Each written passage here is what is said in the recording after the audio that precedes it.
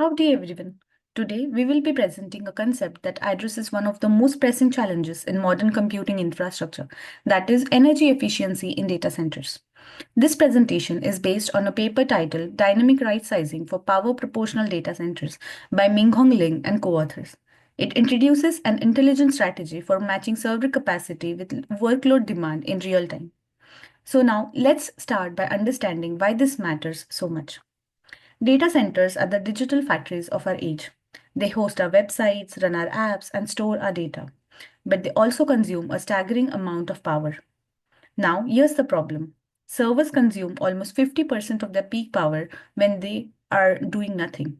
Imagine leaving your car engine running all night long just in case you might drive in the morning. That's what is happening at scale in data centers. And as demand for digital services grow, so does this energy wastage.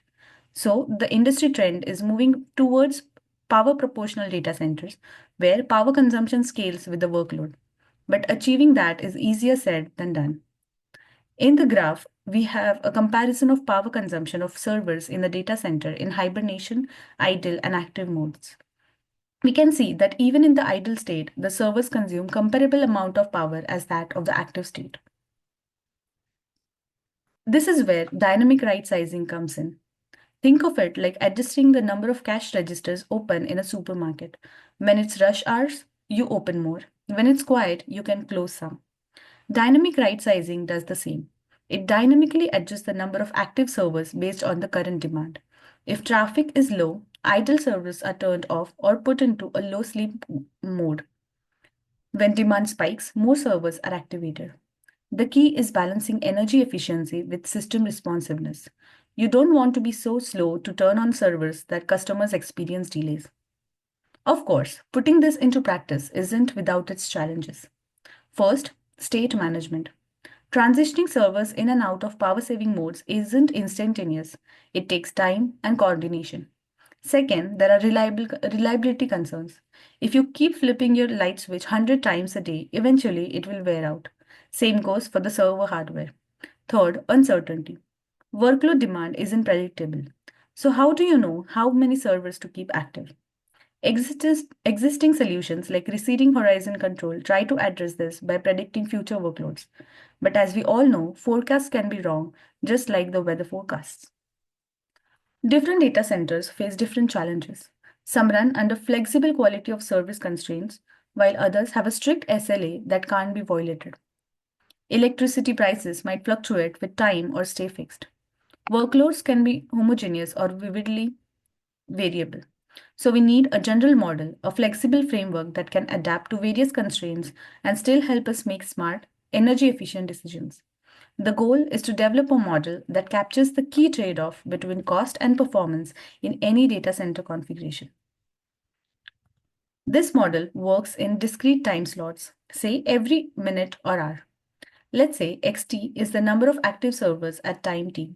Then our total cost is made up of two components: the operating cost, which depends on how many servers are active, and the switching cost, which kicks in when the servers are turned on, but when but not when we turn them off. Here in the formula, we minimize the summation of the operating cost and the switching cost, where f of x of t is the cost of running xt servers at time t. Beta is the coefficient for how costly it is to turn on new servers, and the difference is the count of how many servers that are turned on. Think of it like managing your household electricity. Running all your appliances all the time is wasteful, but turning on your heater during winter also costs extra. This model helps you balance both. But here's a $1 million question: how can we exactly make smart decisions if we don't know what the future holds? So, there are two optimization techniques. The offline optimization is the ideal case. If we somehow knew the entire future workload, we could plan the perfect server schedule. But that's very unrealistic. In the real world, we use online optimization. Here, decisions are made in real time based on limited future knowledge, maybe a short prediction window.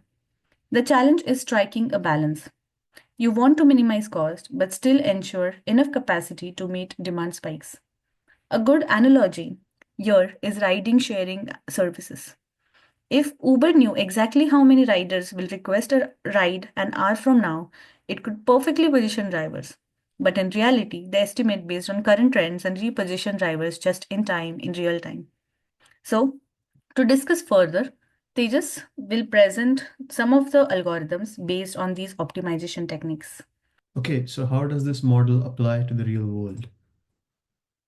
To understand this, there are two scenarios that we need to take into account to which this model can be applied. The first one is services with flexible QoS requirements, and the other one is services with hard SLAs. Now, what that means is flexible QoS means is ability to prioritize and manage network traffic in a dynamic and adaptable way.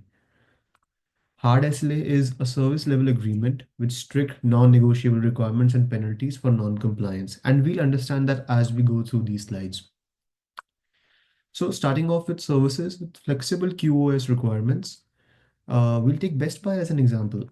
During peak hours like Black Friday, there are a lot of requests on the website, say 10,000 requests a minute. And we all have experienced it while buying something and the website just crashes. And during off-peak hours like midnight to 6 a.m. on a random Tuesday, there are a lot less requests on their website. And let's say there are like 200 requests a minute. So the platform uses dynamic right sizing to balance delay and energy costs. So the general model gave us a delay cost function and an energy cost function. The delay cost function is this formula over here. And starting with C over here, that is just the revenue lost per unit delay. The lambda is arrival rate at time t. So that would be how many requests are happening at a particular time. The mu is service rate per server. So how many services can a particular server handle? NT would be active servers at time t. And for the energy cost model, we have the energy cost, which is this ENT over here, is equal to NT, which is the same as this active servers at time t times P active minus P idle, which is the power draw of active and idle servers. So what does this mean in this example for the Best Buy example that I gave? So in terms of delay cost function, I'm defining some variables over here. So for arrival rate, we have 10,000 requests a minute, and that's just customer clicks during a sale. The service rate is 500 requests per minute per server, and each server handles 500 requests per minute. The delay cost coefficient, which was C, is let's say $0.001 per request per minute of delay. And this is the lost sales from slow page loadings. And then we have energy cost per server, which is 5 cents a minute. And that's just like an EC2 instance on AWS. Lastly is the toggling cost, which is indicated by beta, which is $2 per server per toggle, which is on and off. So that is the overhead from starting solving servers. So what happens when I plug these values in into these formulas over here? So during peak hours, Black Friday, we have, if there are fewer servers, which means we have a smaller NT, this causes mu NT minus lambda T, which was the denominator, to shrink increasing delay cost sharply. So let's say if we had 20 servers, the delay cost would have been almost infinite in this case during peak hours. To avoid this, the model scales up to 25 servers, which would change this value over here, reducing the delay to $0.004 a minute. And during off-peak hours, which was midnight to 6 a.m., there is low lambda t, that is lower requests arrival rate. So even with 5 servers that handle 200 requests a minute, the delay cost becomes point a lot of zeros 8. And this low cost delay justifies scaling down to save energy. So what about the energy cost function we had before? During peak hours, adding 20 server costs $1 a minute. However, this is still better than infinite delay costs. And during off-peak hours, reducing from 20 to 5 servers saves around 75 cents a minute. And this outweighs the minimal delay cost, which is 0.0008 per minute. Now moving on to services with hard SLAs. These, let's take Charles Schwab as an example, which is a trading platform. They have strict SLAs that guarantee ultra low latency and high availability to ensure trades are executed promptly and reliably. So that would mean maximum allowable delay for trade execution is, let's say, 10 milliseconds. So that means you cannot have a delay more than 10 milliseconds. And then there's also an availability SLA, which is a guaranteed uptime of 99.999%, allowing only approximately 5 minutes of downtime per year. So the general model gave us a delay cost function and energy cost function.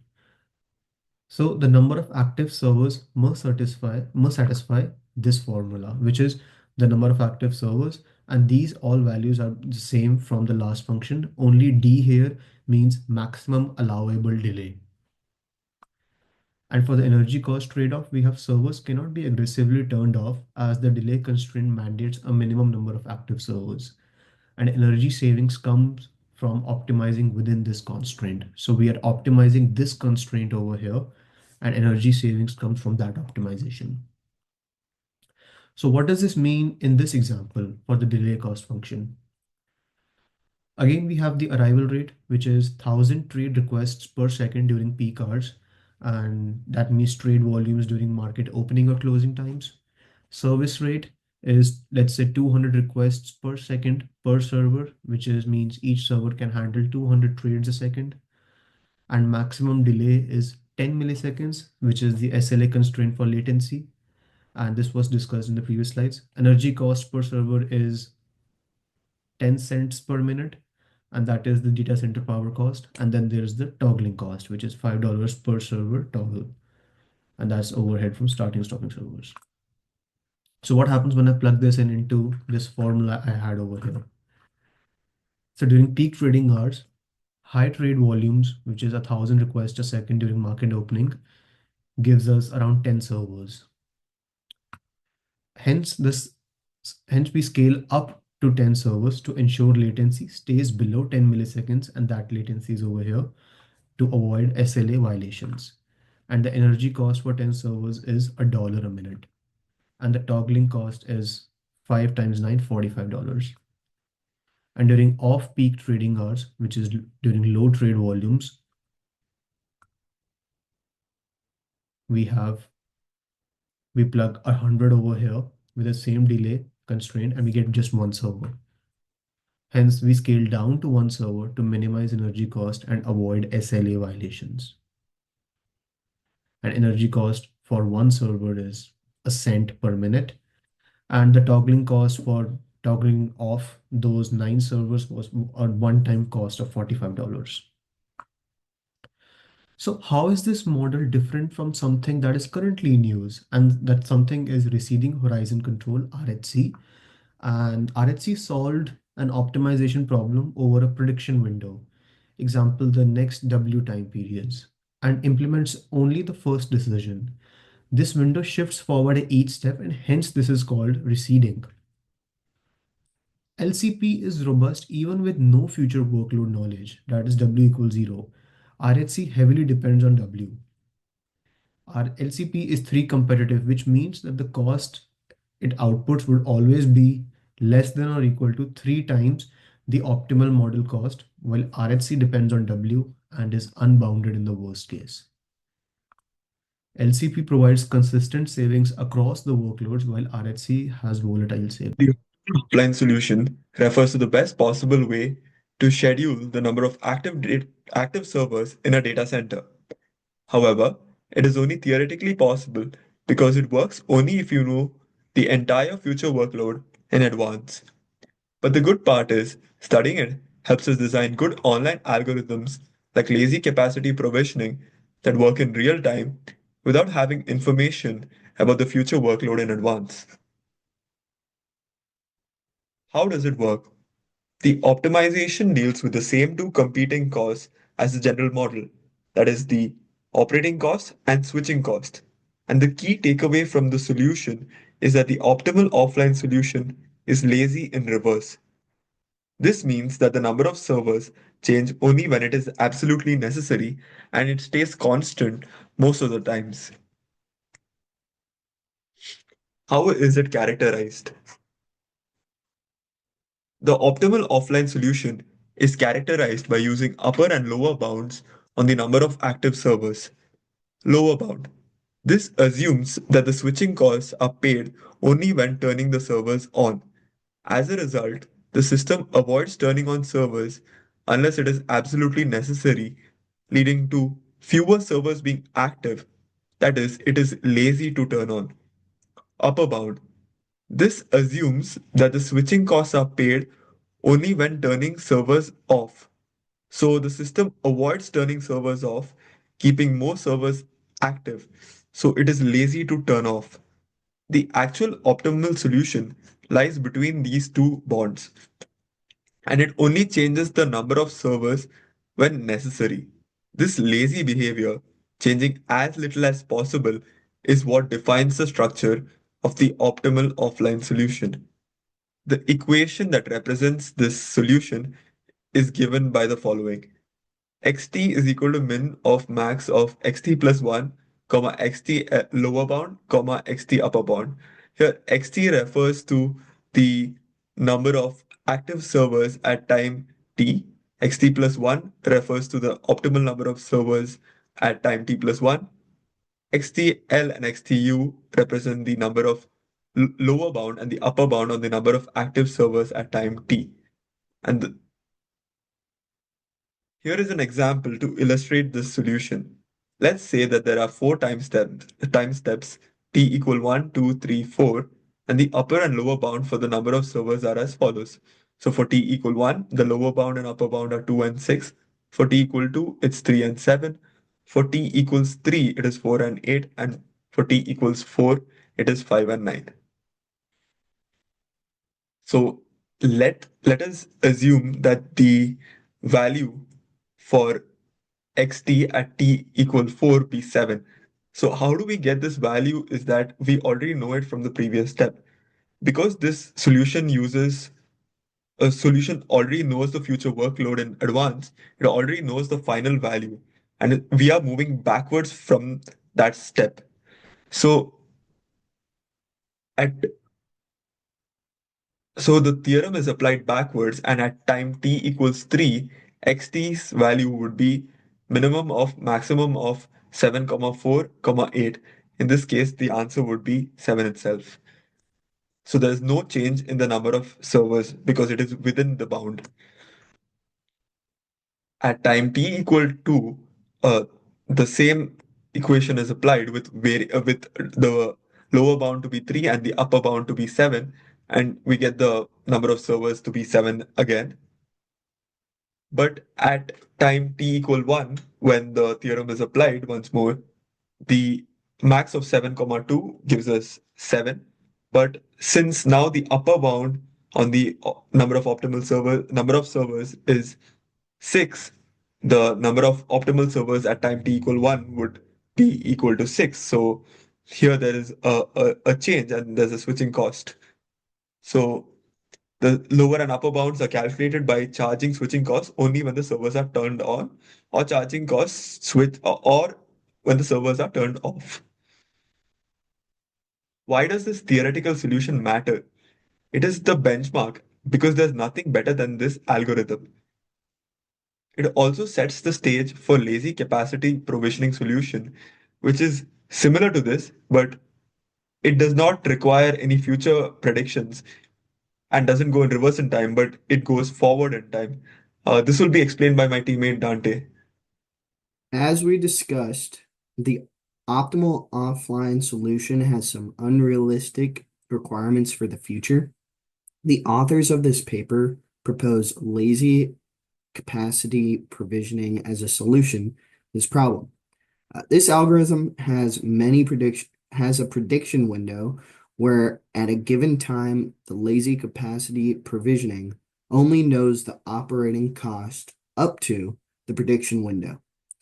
It's called lazy because it uses the same structure of the optimal offline algorithm by lazily staying between two bounds. The optimal solution for LCP is found by progressing through time. As far as the upper and lower bounds for the optimal offline solution, it doesn't utilize the loads for the prediction window. The proposed solution of this is found by taking local minima and maxima for the given prediction window.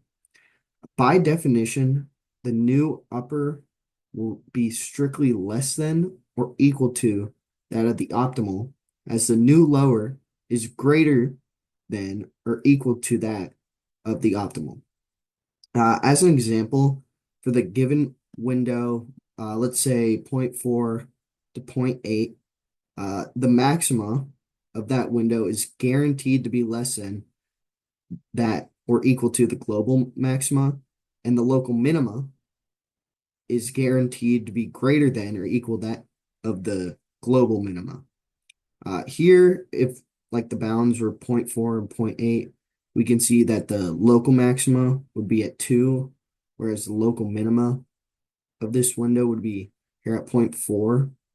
And equal is only possible if the LCP has access to the global max and min operating costs. The optimal vector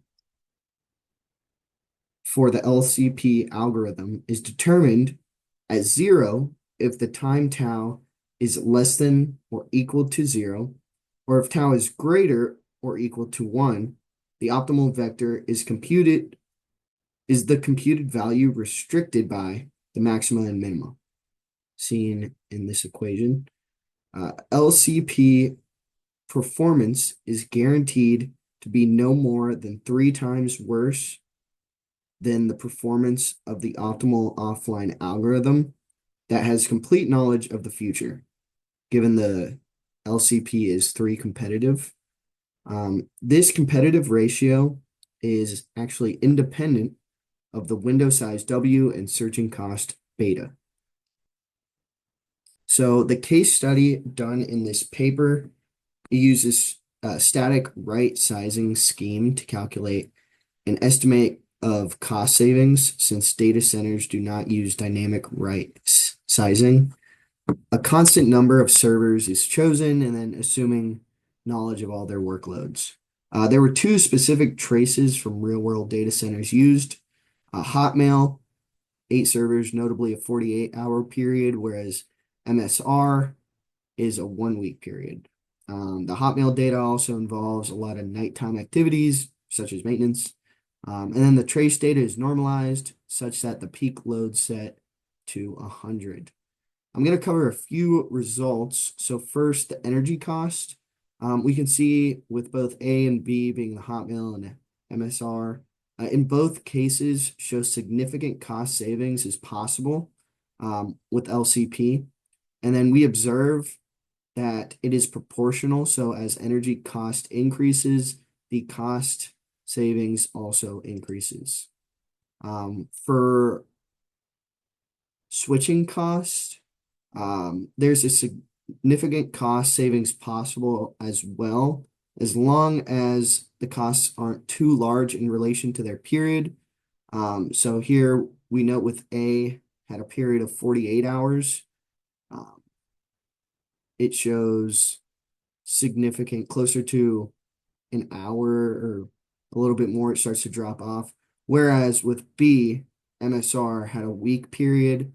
It's able to have a greater